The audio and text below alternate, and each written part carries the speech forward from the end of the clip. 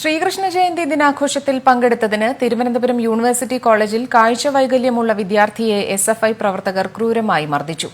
കണിയാപുരം സ്വദേശി സാജനാണ് മണിക്കൂറുകളോളം നീണ്ട മർദ്ദനത്തിന് ഇരയായത്.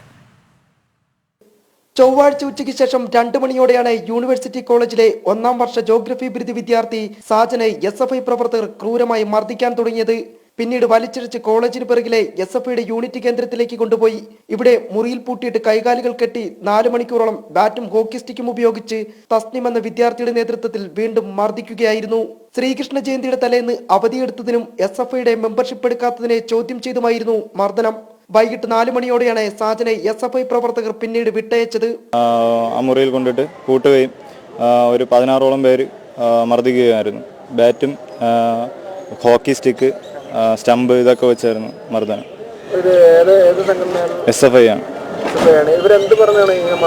അത് ശ്രീകൃഷ്ണ ജയന്തിയോടനുബന്ധിച്ച് തലേദിവസം ഉച്ചയ്ക്ക് ഞാൻ ലീവ് എടുത്ത് അപ്പോഴും നീ മറ്റു പാർട്ടിക്ക് വേണ്ടി പ്രവർത്തിക്കല്ലടാന്നും പറഞ്ഞ് വിളിച്ചുകൊണ്ട് പോവുകയായിരുന്നു.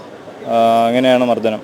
മർദ്ദനത്തിന് ശേഷം കഞ്ചാവ് കേസിൽപ്പെടുത്തുമെന്നും കള്ളക്കേസ് ചുമത്തുമെന്നും ഭീഷണിപ്പെടുത്തി വെള്ളപ്പേപ്പറിൽ ഒപ്പിടിക്കുകയും ചെയ്തു. മർദ്ദനത്തിൽ സാരമായി പരിക്കേറ്റ സാജൻ തിരുവനന്തപുരം മെഡിക്കൽ കോളേജ് ആശുപത്രിയിൽ ചികിത്സയിലാണ്. ജനം, തിരുവനന്തപുരം.